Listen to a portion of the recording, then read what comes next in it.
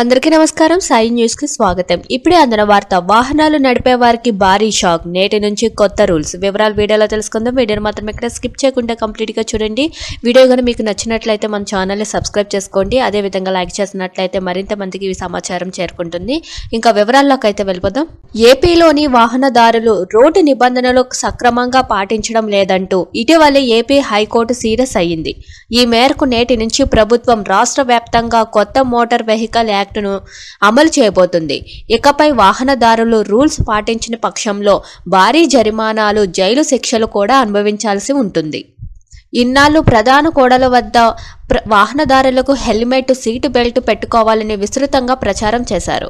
అదేవిధంగా వారికి వెసులుబాటు కోసం కొంత టైం కూడా ఇచ్చారు. ఇకపై ఎవరైనా హెల్మెట్ లేకుండా బైకు నడిపితే 1000 రూపాయల జరిమానా విధించనున్నారు.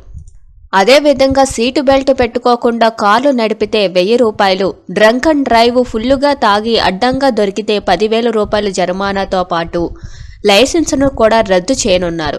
ఇక హైవేలపై over speed, signal jump, wrong route driving లాంటి కేసుల్లో గరిష్టంగా 1000 రూపాయల వరకు ఫైన్ విధించనున్నారు.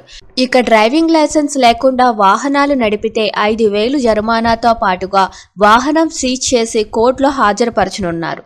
రాష్ట్ర వ్యాప్తంగా ప్రధాన కూడల్లో సీసీ కెమెరాలు ఏర్పాటు చేసి ట్రాఫిక్ రూల్స్ అతిక్రమించిన వాహనదారులకు నేరుగా ఇంటికే చలానా కాపీని పంపించనున్నారు. కొత్త మోటార్ వెహికల్ యాక్ట్ అమల్లోకి వచ్చిన వేళ వాహనదారులు నిబంధనలకు లోబడి నడుచుకోవాలని అధికారులు కోరుతున్నారు. Thank you for watching this video.